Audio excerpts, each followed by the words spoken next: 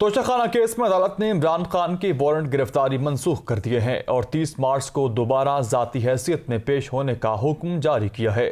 Judicial complex کے باہر police اہلکاروں اور پی ٹی آئی کارکنان میں تصادم پر عدالت نے عمران خان کو گیٹ پر ہی حاضری لگوانے کی اجازت دی۔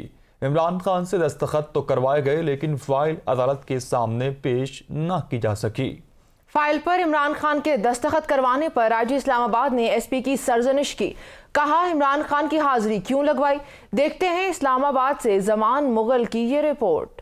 چیئرمین پی ٹی آئی کے خلاف توشہ خانہ فوجداری کیس کی سماعت جوڈیشل مجسٹریٹ ظفر اقبال نے جوڈیشل کمپلیکس اسلام آباد میں کی۔ جوڈیشل کمپلیکس کے سامنے پولیس اور پی ٹی آئی اہلکاروں میں کشیدگی کے باعث عمران خان عدالت کے روبرو پیش نہ ہو سکے، جس پر عمران خان کی لیگل ٹیم نے چیئرمین تحریک انصاف کی گاڑی میں ہی حاضری لگوانے کے لیے درخواست دائر کی اور سٹاف بھیج کر حاضری لگوانے کی استدعا کی۔ عدالت نے عمران خان کی گیٹ پر حاضری لگوانے کی درخواست منظور کر لی، جس پر ایس پی سمی ملک نے شبلی فراز، بیرسٹر علی گوہر اور خواجہ حارث کے ہمراہ چیئرمین پی ٹی آئی کے پاس پہنچ کر حاضری فارم پر دستخط کروائے۔ فائل کہاں گئی، کہاں گری؟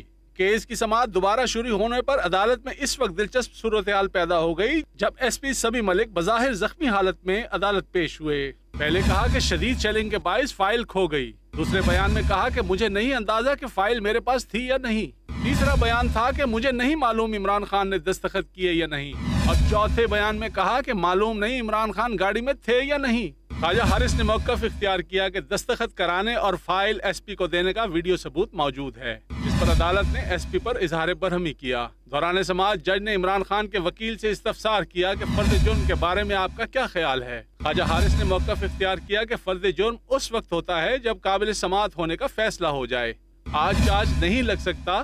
عدالت نے درخواست کے قابل سماعت ہونے سے متعلق فیصلہ کرنا ہے، کیس آئندہ ہفتے رکھ لیں۔ عدالت نے عمران خان کے وارنٹ منسوخ کرتے ہوئے کیس قابل سماعت ہونے یا نہ ہونے سے متعلق سماعت 30 مارچ تک ملتوی کر دی۔